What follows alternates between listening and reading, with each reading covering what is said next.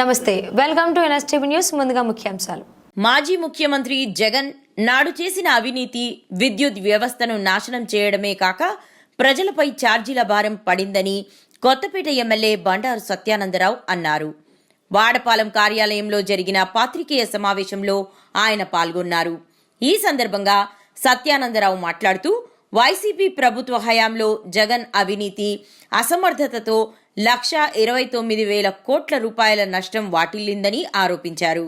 గత తెలుగుదేశం ప్రభుత్వ హయాంలో పవర్ పర్చేజ్ అగ్రిమెంట్ ద్వారా 25 సంవత్సరాలకు యూనిట్ విద్యుత్ ధర 4.86 రూపాయలకు సరఫరా చేసేలా ఒప్పందం చేసుకుంటే దాన్ని నిర్వీర్యం చేసి జగన్ అవినీతి కోసం కొత్త దారులు తొక్కారని అన్నారు. గత జగన్ ప్రభుత్వ హయాంలో 8 సార్లు పైగా విద్యుత్ ఛార్జీలు పెంచారని గుర్తు చేశారు. నాడు జగన్ చేసినటువంటి అవినీతే విద్యుత్ ఛార్జీల భారం. ముఖ్యమంత్రి అయిన వెంటనే పీపీఎల్ రద్దు చేశారు. తర్వాత 10 సార్లు 5 ఏళ్ల కాలంలో విద్యుత్ ఛార్జీలు పెంచారు.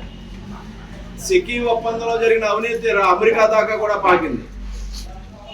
అది కాకుండా 1,29,000 కోట్ల రూపాయలు వివిధ విద్యుత్ రంగ సంస్థల మీద పెనుభారం పాపడం ద్వారా ఈనాడు ప్రజలపై భారం పడడానికి జగన్మోహన్ రెడ్డి చేసినటువంటి పాపాలే కారణం.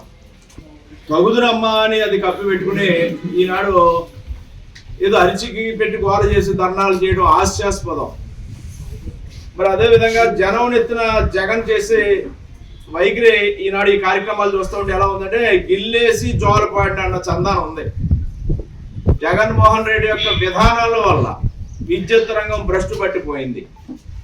అటువంటిది ఈనాడు చంద్రబాబు నాయుడు గారు వచ్చేదాన్ని చక్కదిద్ది లైన్లో పెట్టి విద్యుత్ ఛార్జీలని ఏ విధంగా ప్రజలపై పెనుభారం మాపకుండా ఉండాలనే దాని మీద దృష్టి పెట్టి కృషి చేయడం జరుగుతుంది. గతంలో కూడా విద్యుత్ సంస్కరణలు తీసుకురావడం వల్లే ఈ రాష్ట్రంలో విద్యుత్ రంగం పరిడివిల్లింది. అది జగన్మోహన్ రెడ్డి పాలనలో అధపాతానికి వెళ్ళింది. దానిని మళ్ళా సరిదిద్దడానికి చంద్రబాబు నాయుడు గారు కృషి చేస్తూ ఉన్నారు. ఇది కాదకుండా తిరిగి 6 నెలలు తిరగకుండా ప్రజలు చీకొట్టిన భారీ మెజార్టీలతో వీళ్ళు ఓడించిన మరలా ఏదో పేరుతో ప్రజలు మభ్య పెడతామంటే ప్రజలు వాస్తవాలు తెలుసు. వాళ్ళు ఎన్ని ధర్నాలు చేసినా వాళ్ళు చేసిన పాపాలు ఏంటో దాని ఫలితమే ఇది అనేది ప్రజలు గ్రహించారు. ఎప్పటికైనా బుద్ధి చెప్పుకుని ప్రజల పక్షాన ప్రజలు మభ్య పెట్టే ప్రయత్నాలు మానుకోమని కోరుతున్నారు.